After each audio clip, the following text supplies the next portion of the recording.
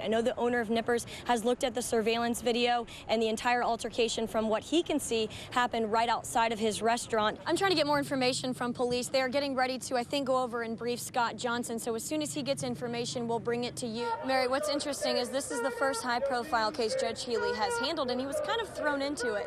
The officers who are working in his courtroom are tired. A couple of them should have been off a couple days ago, but because this trial has continued, they've continued working. But you could literally probably hear a pin drop if it did. So there wasn't a whole lot of reaction or emotion from anyone in the courtroom. Jordan Davis's parents, Michael Dunn's family. DUI attorney David Robbins calls the field sobriety test failure-based and voodoo, and says it's based on an officer's opinion. The last water taxi runs at 11 o'clock. How does that sound? Free taxi rides. They like it. Forget their bathing suits. A lot of people want to show up to Jacksonville Beach in their birthday suits. But Mayor Charlie Latham says on his watch, that's just not going to happen. So pull it back with this one and grab another, and then move that one around there and keep doing that. Oh my gosh, I'm flying a blimp right now. Got my safety goggles on. Is that sharp? It's a machete blade. It's kind of, It's dull, but when it's hot, it doesn't matter. And for the grand finale, Go Jags! Who is the guy who shot him? That guy is somebody that hangs around him. I don't know his name, but he's not a good person.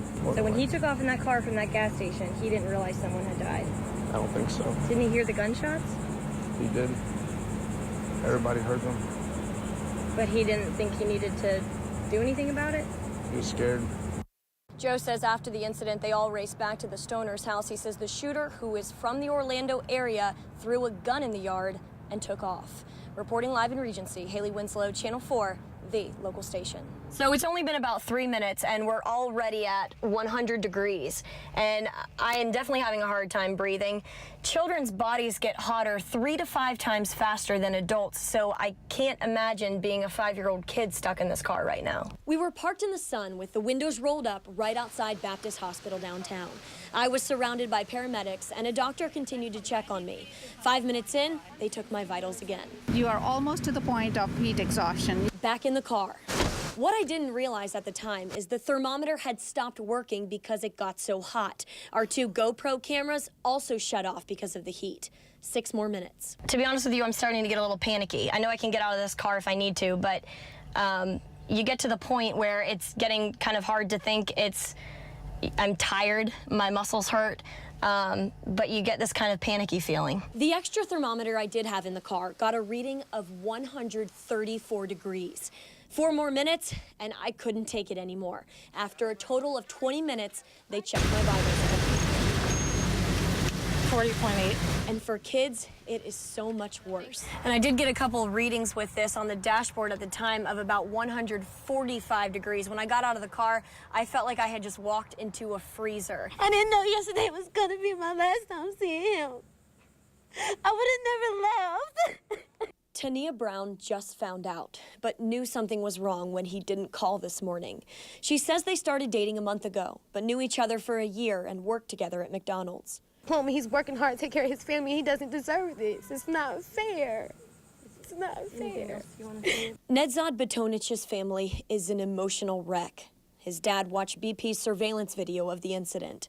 He says his son was leaving the gas station when 2 men in a red car pulled up alongside him. Guy come in passenger side, and I don't understand why the guy even come. And they talk something with my son. And then they come in the driver's side, with something with hands, you know.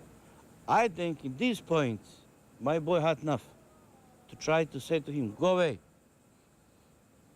What you want from me, man? Investigators say the man, seen here and believed to be from the Orlando area, shot Batonich several times. His family says Batonich didn't have an enemy in the world and doesn't have any idea who would do this to him or why. Batonich's dad said his son just told him a couple days ago how he couldn't wait to get married one day and have kids. He wanted to be a lawyer or musician. Music. Music was his world.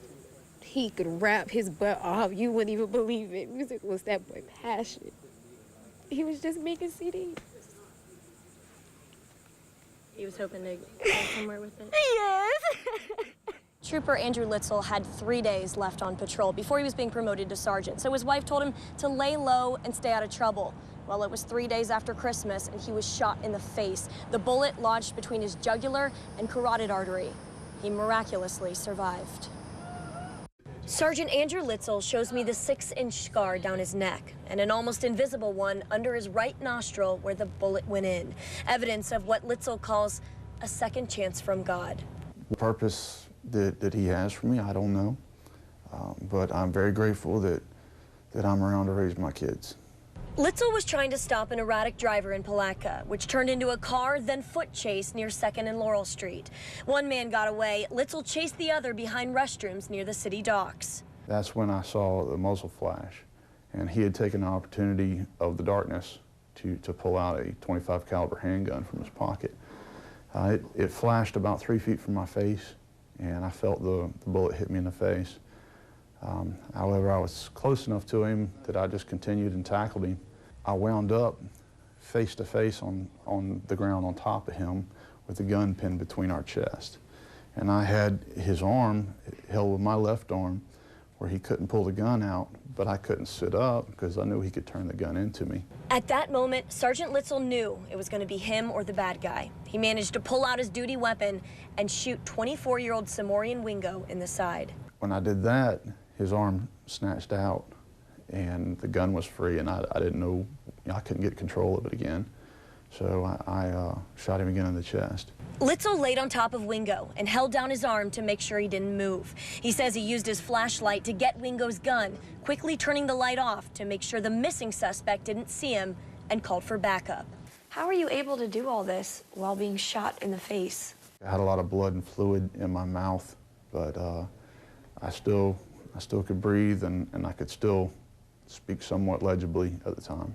Sergeant Litzel spent 4 days in the ICU, where surgeons decided to remove the bullet.